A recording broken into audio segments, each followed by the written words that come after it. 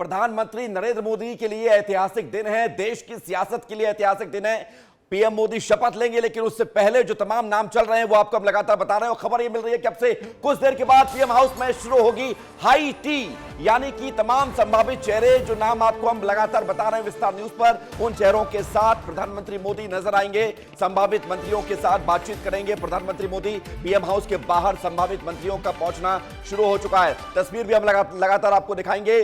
और high tea को लेकर जब वो तस्वीरें सामने आएंगी तो फिर ये स्पष्ट भी हो जाएगा, क्योंकि जितने लोगों के नाम अब तक सामने आ चुके हैं उन लोगों की तस्वीर भी आपको दिखाएंगे। वो लोग जो मंत्री बनने जा रहे हैं, शपथ लेंगे प्रधानमंत्री मोदी के साथ, वो चेहरे आपको दिखाएंगे। बड़ी खबरें लगातार आपको दिखा रहे हैं। प्रधानमंत्री मोदी आज तीसरी बार शपथ लेने जा रहे हैं। मंत्रिमंडल में कौन कौन से चेहरे होने जा रहे हैं, 55 से 56 इतनी संख्या में मंत्री शपथ ले सकते हैं, खबर ये मिल रही है। क्योंकि मोदी सरकार 1.0 में 2014 में 45 मंत्रियों ने शपथ ली थी, और अगर बात करें 2019 में तो 58 मंत्रियों ने शपथ ली थी, और अब खबर यह है कि 52 से 55 मंत्री शपथ ले सकते हैं।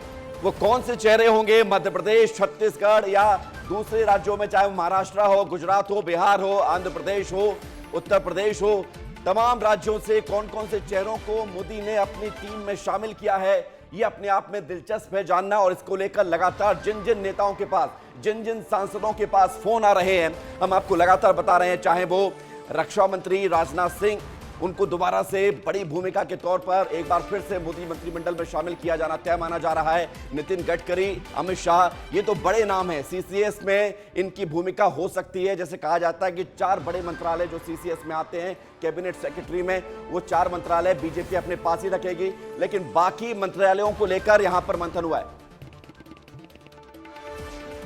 संभावित मंत्रियों के साथ। और ये तस्वीर आपको दिखा रहे हैं,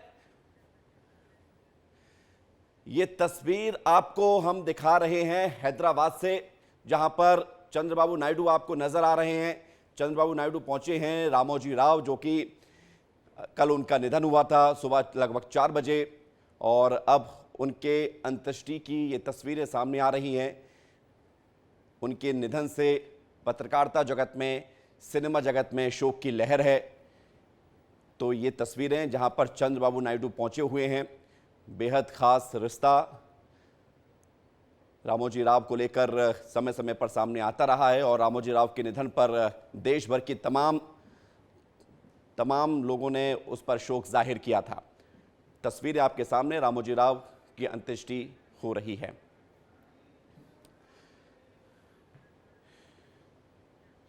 तो आइए अब एक बार फिर से आपको बताते हैं कि मैं नरेंद्र दामोदर दास मोदी, ये आपको फिर से सुनाई देगा 7:15 बजे, जब प्रधानमंत्री मोदी तीसरी बार इस देश के प्रधानमंत्री पद के लिए शपथ लेंगे। आदर्श की तरफ रुख करते हैं। आदर्श वहीं पर मौजूद है जहां पर यह शपथ होने जा रही है। आदर्श जरा बताइए। और आदर्श के साथ साथ हमारे साथ अंचल शुक्ला भी हैं, अनमोल तिवारी भी हैं, और हमारे सहयोगी अमृत तिवारी भी जुड़े हुए हैं। लेकिन आदर्श की तरफ चलेंगे। आदर्श, क्या खबर है आपके पास, जल्दी से बताइए। देखिए, बिल्कुल इस वक्त हम जहां पर मौजूद हैं, यकीन मानिए वो वही रास्ता है जहां से पीएम मोदी के साथ साथ तमाम डेलीगेट्स जाएंगे। मैं आपको तस्वीरें दिखा देता हूं। अगर आप ये देखें तो ये देखिए, नॉर्थ ब्लॉक और साउथ ब्लॉक के बीचों बीच में आपको जो गुंबद दिख रहा है, ये वो राष्ट्रपति भवन का गुंबद है, जहां पर ये पूरा शपथ ग्रहण का कार्यक्रम जो है वो होने वाला है। और बेहद खास ये रास्ता है, ऐसा मैं इसलिए कह रहा हूँ क्योंकि अगर आप ये देखें तो एक और जहाँ राष्ट्रपति भवन है, वहीं दूसरी तरफ अगर आप देखें तो इंडिया गेट है। ये वो पूरा रास्ता है जिसके जरिए सभी डेलीगेट्स जाने वाले हैं। और अगर आप यहाँ की तस्वीर देखें तो देख सकते हैं कि हर तरफ पीएम मोदी का कटआउट लगाया गया है। पीएम मोदी के कटआउट के साथ साथ उनके बारे में भी कई सारी चीज़ें लिखी गई हैं। मैं अपने सहयोगी से कहूँगा कि थोड़ा जल्दी आएँ और यहाँ पर अपने दर्शकों को जल्द से जल्द सारी चीज़ें दिखा सकें। अगर आप ये देखें, सुरक्षा व्यवस्था के भी चाक चौबंद इंतजाम किए गए हैं। हर चप्पे चप्पे पर ना सिर्फ दिल्ली पुलिस और पैरामिलिट्री फोर्सेज के जवानों को लगाया गया है, बल्कि साथ साथ इसके इंटेलिजेंस ब्यूरो के लोगों को लगाया गया है। और आसपास की जो हाई राइज बिल्डिंग्स हैं वहाँ पर स्नाइपर्स को तैनात किया गया है। और इस पूरे इलाके को नो फ्लाइंग जोन घोषित किया गया गया है। मैं आपको अगर तस्वीर दिखाऊं तो देख सकते हैं कि यहाँ पर एक पोस्टर लगा है जिसमें लिखा है आधुनिक भारत के निर्माता श्री नरेंद्र मोदी के लगातार तीसरी बार प्रधानमंत्री बनने पर सभी देशवासियों को बधाई। ऐसे ही और भी कई सारे कटआउट यहाँ पर लगाए गए हैं, कई सारे पोस्टर लगाए गए हैं। संभावित मंत्रियों के नामों को लेकर भी लगातार चर्चा हो रही है। लेकिन जिस जगह पर हम मौजूद हैं ये देखना बेहद दिलचस्प होगा कि आखिर क्या कुछ देश के मन में है, क्या कुछ बीजेपी की तरफ से प्लान किया गया है। अगर आप ये देखें तो एक पोस्टर यहाँ पर भी लगाया गया है जिसमें लिखा है कि सपने नहीं हकीकत बुनते हैं तभी तो सब मोदी को चुनते हैं। श्री नरेंद्र मोदी को तीसरी बार प्रधानमंत्री बनने पर बधाई। इसके आसपास अगर आप हिस्सों को देखें तो देख सकते हैं कि एक भी सिविलियन को यहाँ पर रुकने की इजाजत नहीं, क्योंकि सुरक्षा कारणों की वजह से इस पूरे इलाके को बंद किया गया है, कॉर्डन ऑफ किया गया है। अगर आप ये तस्वीर देखें तो देख सकते हैं जिस तरफ हम जा रहे हैं ये इंडिया गेट है। इंडिया गेट के इस तरफ का पूरा हिस्सा जो है उसे बंद किया गया है। अगर मैं संभावित मंत्रियों की बात करूं जिसके बारे में हम लगातार चर्चा कर रहे थे तो उसकी बात करूंगा तो उसमें कई सारे ऐसे नाम हैं जिसमें लगातार जुड़ते जा रहे हैं। हालांकि अभी तक आधिकारिक तौर पर इसके बारे में कोई जानकारी नहीं दी गई है, लेकिन जो सूत्रों के हवाले से जानकारी मिल रही है उसमें अमित शाह, नितिन गडकरी, राजनाथ सिंह और साथ ही साथ जयंत चौधरी के अलावा बिहार से ललन सिंह, चिराग पासवान, जीतनराम मांझी, टीडीपी से राम मोहन नायडू, बीजेपी से अर्जुन राम मेघवाल, प्रहलाद जोशी, जेडीयू से रामनाथ ठाकुर और अभी जो नई जानकारी निकलकर सामने आ रही है कि इसमें निर्मला सीतारमण, अश्विनी वैष्णव, मनसुख मंडाविया, इन लोगों को भी फोन जा चुका है हाईटी के कार्यक्रम में। इसके साथ साथ कई और ऐसे लोग बुलाए जा सकते हैं। रामदास अठावले को हम सुन ही रहे थे, रामदास अठावले को भी बुलाया गया है। ये पूरा अगर आप आदर्श, तो देख आदर्श आप संभावित चेहरे बता रहे हैं, जिन जिन के पास फोन पहुंच चुके हैं वही बता रहे हैं। हम अनमोल की तरफ चलते हैं, आप बने रहिए हमारे साथ। अनमोल की तरफ, अनमोल के पास बड़ी खबर मिल रही है। अनमोल बताइए जरा आपके पास क्या सूचना है। देखिए बहुत बड़ी खबर है, बहुत बड़ी खबर है विवेक। जितेंद्र सिंह अठावले जो है पीएम आवास पहुंच चुके हैं। लौट रहा हूं अंचल की तरफ चलते हैं, मध्य प्रदेश भवन से अंचल कुछ कहना चाह रहे हैं। अंचल बताइए आपकी आवाज, अंचल बोलिए क्या खबर है आपके पास।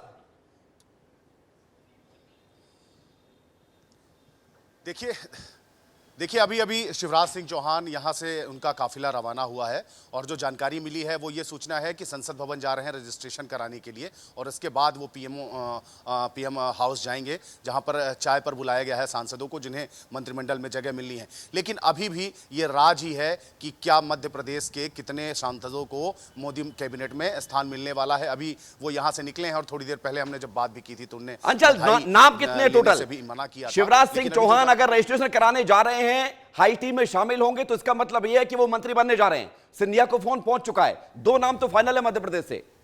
बिल्कुल बिल्कुल बिल्कुल बिल्कुल अभी यहाँ से वो निकले हैं, वो संसद भवन ही जाएंगे रजिस्ट्रेशन कराने के लिए और इसके बाद फिर वो पीएम हाउस जा सकते हैं, ऐसा हम कह रहे हैं। क्योंकि हमारे पास कोई पुष्टि नहीं है, कोई आधिकारिक सूचना नहीं है, इसलिए हम यही कह सकते हैं। आधिकारिक सूचना हमारे पास इस बात की जरूरत है। लेकिन हमने विस्तार न्यूज ने लगातार ये दर्शकों को बताया है कि मध्य प्रदेश से सिंधिया रिपीट होंगे और शिवराज सिंह चौहान मंत्री बनेंगे, इसकी संभावना है और उस खबर पर मोहर लगती हुई भी नजर आ रही है। हम अनमोल की तरफ चलेंगे। अनमोल आपके पास कुछ खबर मिल रही है ऐसा बताया जा रहा है, बताइए।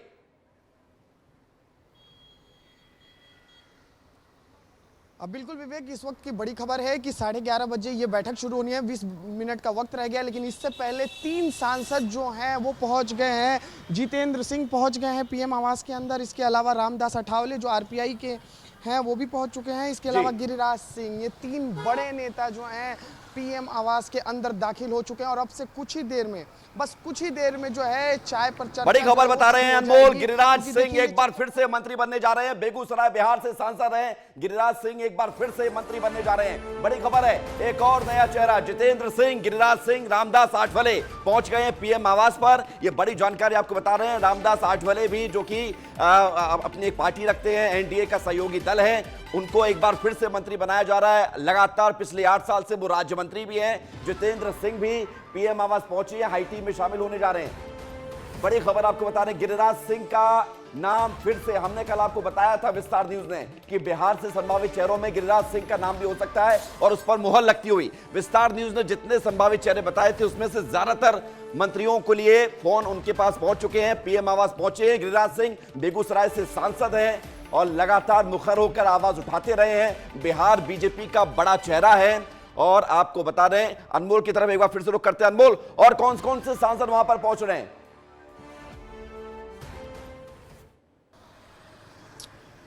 हाँ बिल्कुल, देखिए ये 3 बड़े चेहरे पहुंच चुके हैं और खबर है कि अब कुछ ही देर में जो और भी अन्य सांसद हैं वो भी पहुंच जाएंगे। अनुप्रिया पटेल भी पहुंच सकती हैं बस कुछ ही देर में, और इसके अलावा जयंत चौधरी जो आरएलडी से आते हैं, एनडीए के सहयोगी दल हैं, वो भी अब कुछ देर में पहुंचने वाले हैं। ठीक है, तो अनमोल ये लौटेंगे तमाम आपके बड़े पास। नेता जैसे ही कोई वहां पर पहुंचे आप तुरंत इशारा करिएगा, हम आपकी तरफ लौटेंगे, हम आपकी तरफ लौटेंगे। हम आदर्श की तरफ चलते हैं। आदर्श कुछ कहना चाह रहे हैं, आदर्श जरा बताइए।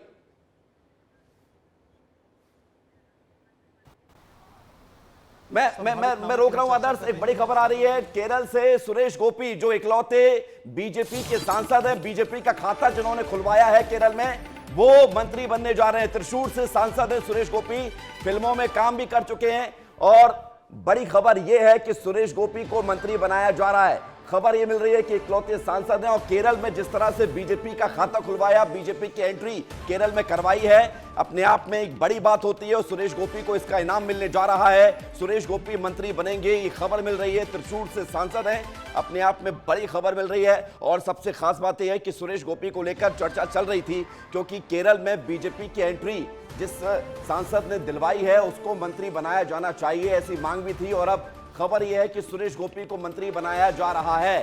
सुरेश गोपी फिल्मों में काम करते रहे हैं और इस बार जो है चुनाव लड़े, पहले भी लड़े थे लेकिन चुनाव हार गए थे, लेकिन इस बार उनकी जीत हुई है और जीत अच्छी हुई। बीजेपी को केरल में एंट्री मिली, बीजेपी के सांसद हैं इकलौते जिन्हें अब मंत्री बनाया जा रहा है।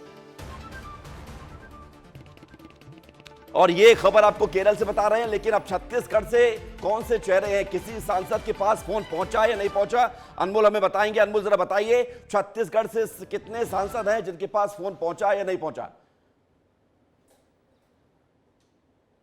अंचल कुछ कह रहे हैं, अंचल बताइए, बोलिए अंचल। देखिए, नरोत्तम मिश्रा अभी यहाँ पर यहाँ पर पहुँचे हैं, कहीं पर गए हुए थे। हम उनसे ज़रूर बात करेंगे। अभी वो थोड़ी ही देर में हमारे पास आने वाले हैं। और अभी एक बड़ी अपडेट है, शिवराज सिंह चौहान जब यहाँ से निकल रहे थे, उनका काफिला निकल रहा था, तो उनने मीडिया को थंब दिखा करके इशारा किया। इसका मतलब है कि सब कुछ ठीक है, all is well, all is well. यहाँ पर अंचल ऑल इज वेल है। शिवराज सिंह चौहान अगर एक्सप्रेशन ये दे रहे हैं सब कुछ ठीक है। हम अनमोल की तरफ चलते हैं और अंचल तुरंत आपके पास आएंगे जैसे नरोत्तम मिश्रा आपके पास पहुंचेंगे। अनमोल बताइए, छत्तीसगढ़ से कितने सांसदों को फोन पहुंचा है?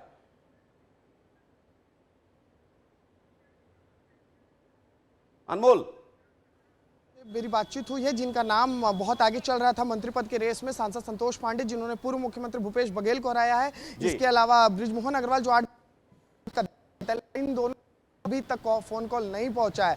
तो ये बड़ी खबर है क्योंकि छत्तीसगढ़ को उम्मीद है, बहुत ज्यादा उम्मीद है, क्योंकि 10 सीटें भाजपा को छत्तीसगढ़ से मिली है। अब देखने वाली बात होगी कि छत्तीसगढ़ से कैबिनेट मंत्री जो है बनाए जाते हैं।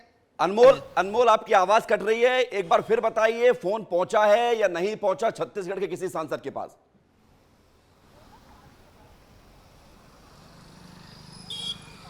विवेक बृजमोहन अग्रवाल और संतोष पांडे 2 नाम चल रहे थे मंत्री पद के रेस में आगे, लेकिन इन दोनों के पास अभी तक कोई फोन कॉल नहीं पहुंचा है। ओम प्रकाश राजभर क्या कुछ कह रहे हैं? ओम प्रकाश राजभर सुन लेते हैं। चेहरा घोषित करके चुनाव लड़ा और प्रधानमंत्री की कुर्सी पर बैठाने के लिए सब लोग पहले से मन बनाए हुए थे। सर, विपक्ष हो या अखिलेश यादव हो, वो कह रहे हैं ये बैसाखी की सरकार है, नीतीश कुमार कभी भी पलट सकते हैं, चंद्रबाबू नायडू कभी भी पलट सकते हैं, तो ऐसे में बीच में भी चुनाव हो सकता है, ऐसा कांग्रेस के लोग कह रहे हैं। देखिए, विपक्ष कल तक ये कहता था सरकार नहीं बनेगी, अब सरकार बन गई। अब कह रहा है कि लंगड़ी सरकार है, सरकार नहीं चलेगी। 5 साल जब सरकार चल जाएगी तब क्या कहेंगे? विपक्ष का काम है, देखिए लोग अपने मुद्दे से भटक गए हैं। विपक्ष के लोगों का काम होता है कि सरकार जो काम कर रही है उसमें कहीं अगर गलती हो रही है तो उसको एहसास कराना ये गलत हो रहा है, ऐसे होना चाहिए, सुझाव देना। लेकिन अब लोग ठीक है नैतिकता खो दिए हैं, बस सिर्फ विरोध एक मानसिकता बन गई है। आपने देखा अयोध्या में भगवान राम कह रहे हैं कि क्या हुआ है उत्तर प्रदेश में परिणाम को लेकर, ये आपको लगातार बता रहे हैं। और आइए, क्योंकि तमाम मंत्री ऐसे हैं जिनको फोन पहुंच चुके हैं, मंत्रिमंडल में कौन कौन से चेहरे स्पष्ट हो चुके हैं, जरा उस तस्वीर को हम दिखाते हैं। और ये देखिए तस्वीर, मैं इधर आ जाता हूं क्योंकि आपको प्रधानमंत्री नरेंद्र मोदी की तस्वीर भी देखनी है। मैं इस पूरी तस्वीर को ब्रीफ करूंगा। अंचल की तरफ मुझे जाना है क्योंकि नरोत्तम मिश्रा उनके साथ मौजूद है। अंचल, लोग कितने सांसद मध्य प्रदेश के और शपथ ले रहे हैं, किन किन का नाम है? प्रिविलेज है सीएम साहब का, पीएम साहब का। अभी कोई आधिकारिक पुष्टि नहीं है, वो बताएंगे अभी। अंचल बोलिए, अंचल बोलिए, क्या कुछ कहा है नरोत्तम मिश्रा ने?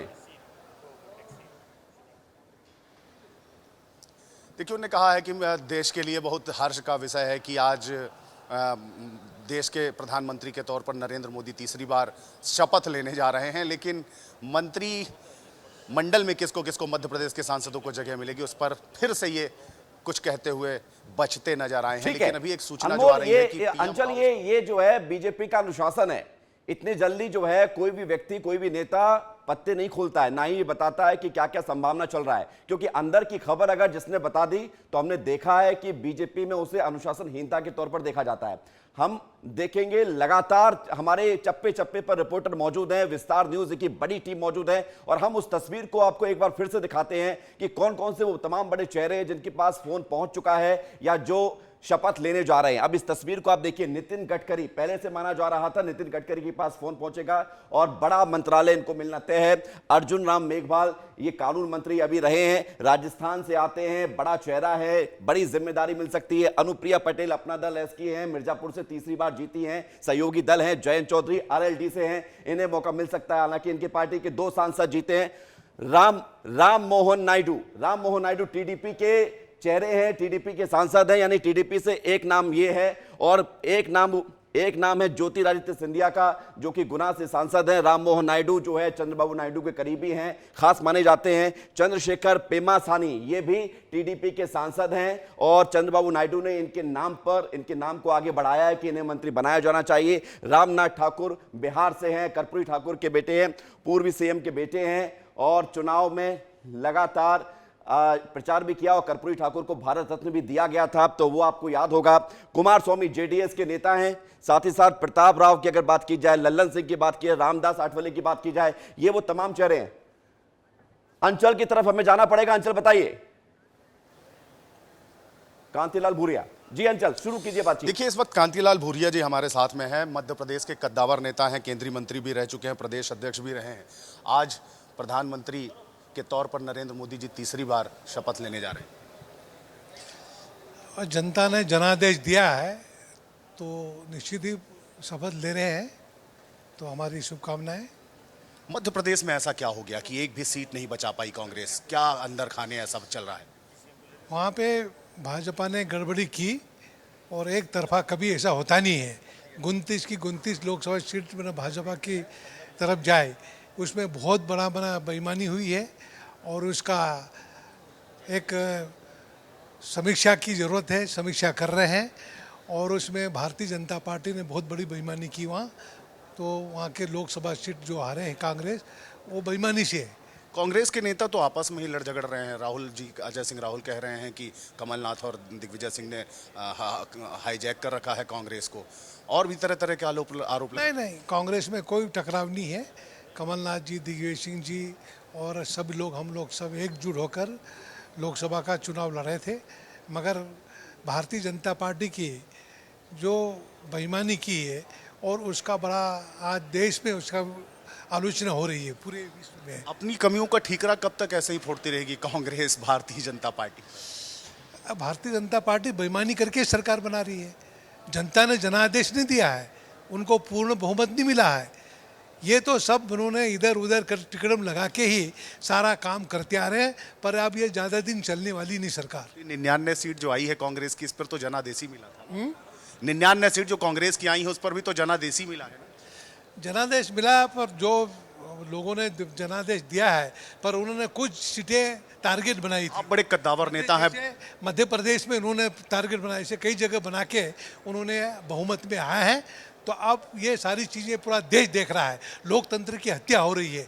अब ऐसा कब तक चलेगा? अब जनता को खुद को जागना पड़ेगा। भूरिया को आप सुन रहे थे, कह रहे हैं कि बीजेपी ने बेईमानी की है, खुद चुनाव हारे हैं रतलाम से मध्य प्रदेश में। एक बार फिर से रुख करते हैं, अनमोल की तरफ चलते हैं। अनमोल, क्या खबर है? क्योंकि छत्तीसगढ़ से तो किसी सांसद के पास फोन पहुंचा नहीं है, अभी वहां कौन कौन से सांसद पहुंच गए पीएम आवास पर?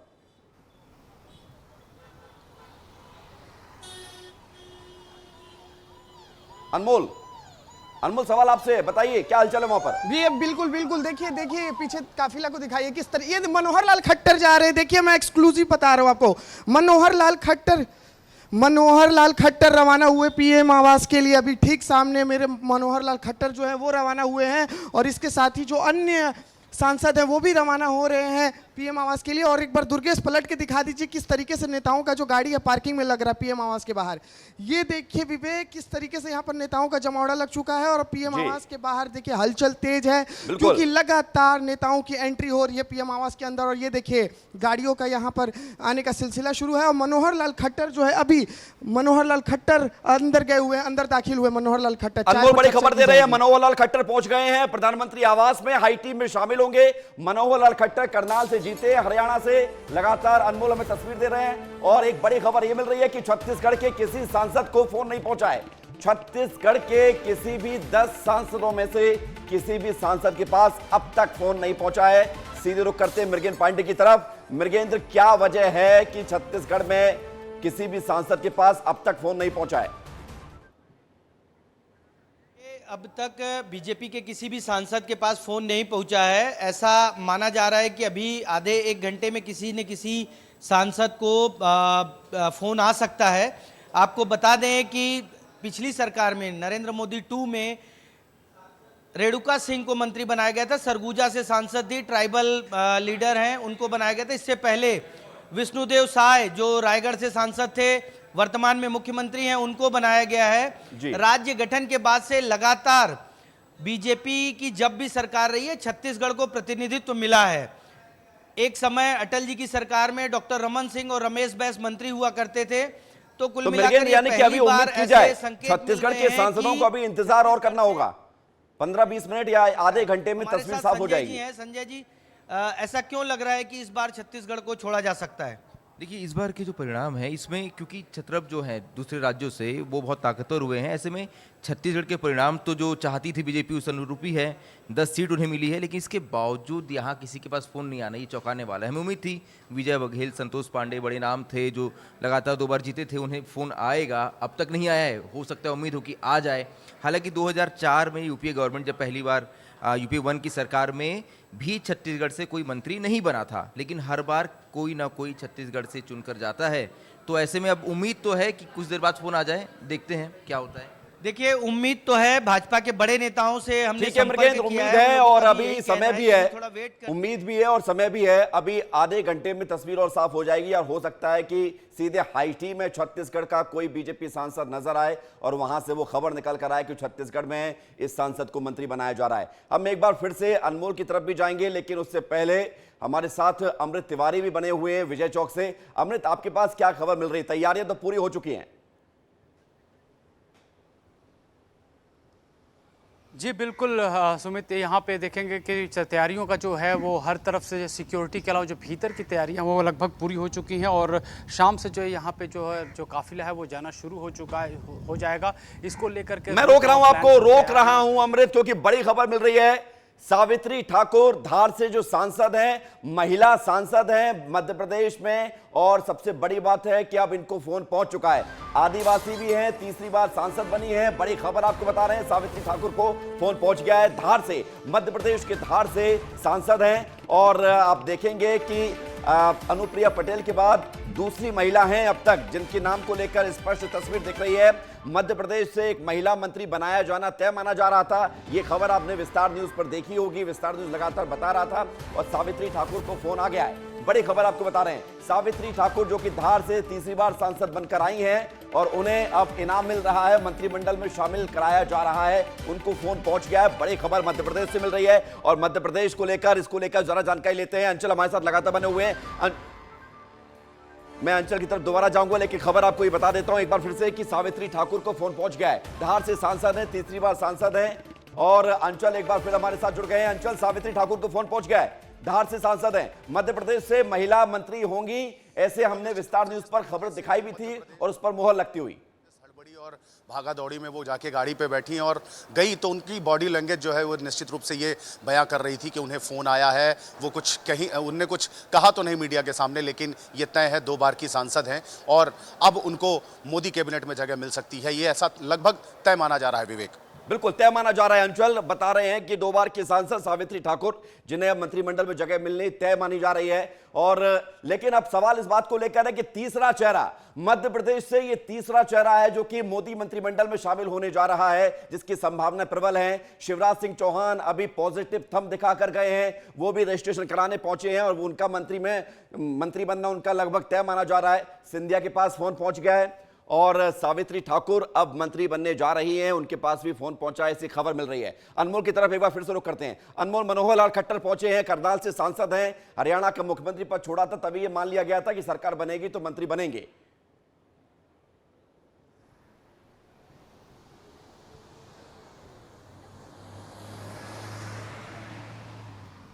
एक बड़ी अपडेट है विवेक। चिराग पासवान भी पहुंच चुके हैं। लोजपा रामविलास के जो प्रमुख है, वो लोजपा रामविलास के संसदीय दल के नेता चुने गए थे और अब प्रधानमंत्री आवास पर जो है ये भी पहुंच चुके हैं चिराग पासवान। तो ये भी चाय पर चर्चा में शामिल होंगे और इनको भी फोन कॉल गया था, यानी कि ये भी मंत्री बनने जा रही है। इस वक्त की सबसे बड़ी खबर है कि चिराग पासवान पहुंच गए हैं विवेक। बिल्कुल बड़ी खबर बता रहे हैं अनमोल तिवारी की चिराग पासवान रामविलास लोजपा पार्टी के अध्यक्ष और 5 सीटें चिराग पासवान सहित 5 सांसद चुनकर आए हैं एलजेपी-आर से और अब मंत्री बनने जा रहे हैं। कल ही ये तय हो गया था, हमने आपको बताया था कि चिराग पासवान मंत्री बनेंगे और चिराग पासवान ने भी बड़ा दिल दिखाते हुए कहा था कई बार मीडिया से बात करते हुए कि मुझे कुछ नहीं चाहिए, क्योंकि हमें तो 5 सीटें मिल गई, ये अपने आप में बड़ी बात थी।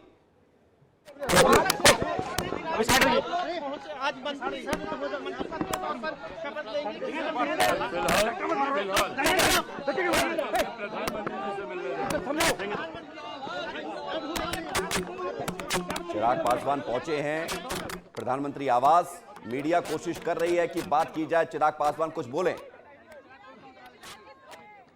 चिराग पासवान आज बोलेंगे नहीं, अभी नहीं बोलेंगे, क्योंकि अब जो है बड़ी जिम्मेदारी निभाने जा रहे हैं, मंत्री बनने जा रहे हैं। ये तस्वीर आपको दिखा रहे हैं, प्रधानमंत्री आवास पहुंचे हैं, हाई टीम में शामिल होंगे चिराग पासवान और केंद्रीय मंत्री बनने जा रहे हैं और बड़ा मंत्रालय भी मिल सकता है चिराग पासवान को। यह भी अपने आप में बड़ी खबर, पहली बार मंत्री बनेंगे, यह अपने आप में बड़ी खबर है। रामविलास पासवान के बेटे चिराग पासवान को एक बार फिर से यहां पर बड़ी जिम्मेदारी मिल सकती है। खबर यह आ रही है कि उनको हाई टीम में बुलाया गया है और हाई टीम में चिराग पासवान शामिल होने जा रहे हैं, यानी कि ये कि उनको मंत्री बनाया जा रहा है। जरा ये देखिए, हम चिराग पासवान की आपको तस्वीर दिखाते हैं, साथ ही साथ उनका पूरा प्रोफाइल दिखाते हैं। बिहार के हाजीपुर सीट से सांसद हैं चिराग पासवान। 2014 और 2019 में जमुई से चुनाव जीते थे, केंद्रीय मंत्री रहे। रामविलास पासवान के बेटे भी हैं, बॉलीवुड में बतौर एक्टर भी काम किया है, एक्टिंग भी में भी अपने हाथ आजमा चुके हैं और अब चिराग पासवान मंत्री बनने जा रहे हैं, पहली दफा मंत्री बनेंगे। इनके पिताजी मंत्री रह चुके हैं और उन्हें चुनाव के राजनीति का मौसम वैज्ञानिक माना जाता था, क्योंकि वो ये भांप लेते थे कि सरकार जिसकी किसकी बनने जा रही है और जिसकी बनती थी वो वहां पर पहुंच जाते थे और उसके साथ अपना कदम ताल करते हुए नजर आते थे। रामविलास पासवान के बेटे चिराग पासवान अब मंत्री बनने जा रहे हैं, ये हमने आपको बड़ी जानकारी दी है और बड़ी खबर आपको बता रहे हैं। अन्नामलाई को फोन आ गया है। अन्नामलाई जो कि तमिलनाडु के बीजेपी के प्रदेश अध्यक्ष हैं और चुनाव तो लेकिन हारे, लेकिन जिम्मेदारी इसलिए बीजेपी देना चाह रही क्योंकि तमिलनाडु में बीजेपी को उम्मीद है। और के अन्नामलाई पूर्व प्रशासनिक अधिकारी भी हैं। बड़ी खबर आपको यह बता रहे हैं कि फोन उनके पास आ गया है, यानी कि उनको भी मंत्री बनाया जा रहा है। उनको राज्यसभा या फिर कहीं से दूसरी जगह से चुनाव लड़ाकर संसद में पहुंचाया जाएगा, लेकिन आज उनको मंत्री पद की शपथ दिलाई जा रही है। के अन्नामलाई के पास फोन पहुंच गया है। तमिलनाडु के बीजेपी के प्रदेश अध्यक्ष हैं। तमिलनाडु बीजेपी इकाई की जिम्मेदारी इनके कंधों पर है और तमिलनाडु पर बीजेपी ने हालांकि इस बार तो कुछ बहुत ज्यादा करिश्मा नहीं दिखाया है, लेकिन बीजेपी उन राज्यों में भी अपना जो है मंत्रिमंडल में उन चेहरों को लेना चाह रही है जो कि जिन राज्यों में बीजेपी नहीं है या फिर वहां पर अपनी भूमिका या अपनी जमीन तलाश रही है। हम लगातार रुख कर रहे हैं बड़ी खबरों की तरफ, एक एक खबर आपको बता रहे हैं। केरल से भी ऐसे ही आपको बता दें कि केरल में गोपी जो मंत्री हैं वो भी बनने जा रहे हैं। एक बार फिर से उनको जो है मौका मिलेगा, क्योंकि इससे पहले गोपी चुनाव हार चुके थे, पहली बार सांसद बने हैं। बीजेपी पहली बार केरल में खाता खोल कर आई है, तो गोपी भी मंत्री बनने जा रहे हैं। उनके पास भी फोन पहुंच गया है और के अन्नामलाई के पास भी फोन पहुंचा है। केरल और तमिलनाडु, आप देखिए जरा भारत के नक्शे को, तो केरल और तमिलनाडु ये वो साउथ का इलाका है जहां पर बीजेपी कमजोर मानी जाती है। यहां से कैंडिडेट जो जीते हैं, जो बीजेपी और नरेंद्र मोदी के भरोसेमंद हैं, अगर वो जीते हैं उनको भी जगह है, और जो नहीं जीते हैं उनको भी जगह दी गई है। के अन्नामलाई को फोन किया गया है। और सबसे बड़ी बात है कि साउथ में जिस तरह से प्रधानमंत्री नरेंद्र मोदी ने अपने प्रचार की शुरुआत की थी, तो ये आप देखिए कि मिशन साउथ जिस पर लगातार प्रधानमंत्री मोदी और बीजेपी काम करती रही है, चाहे वो केरल के गोपी हो या फिर तमिलनाडु के अन्नामलाई हो, लगातार बीजेपी अपना विस्तार करना चाह रही है। और विस्तार इस तरह से हो रहा है कि वहां के लोगों को, वहां के प्रतिनिधित्व को मंत्रिमंडल में शामिल कराया जा रहा है। बड़ी खबर आपको बता रहे हैं कि अन्नामलाई को फोन पहुंच गया है और संभावना इनकी प्रबल मानी जा रही थी। सबसे बड़ी बात है कि दक्षिण की तरफ बीजेपी का जो मूवमेंट है वो लगातार बढ़ता हुआ, और दक्षिण से वो चेहरे लिए जा रहे हैं जो पार्टी को वहां पर मजबूत करने का भी काम करेंगे, जिन्होंने पार्टी की जिम्मेदारी भी संभाली है। चुनाव भले ही हार गए के अन्नामलाई, लेकिन एक बड़ा चेहरे के तौर पर बहुत पॉपुलर भी हुए थे, इनके वीडियो भी खूब वायरल होते थे। आपने देखा होगा कि अन्नामलाई के तमाम वो सोशल मीडिया पर वीडियो चलते रहते थे।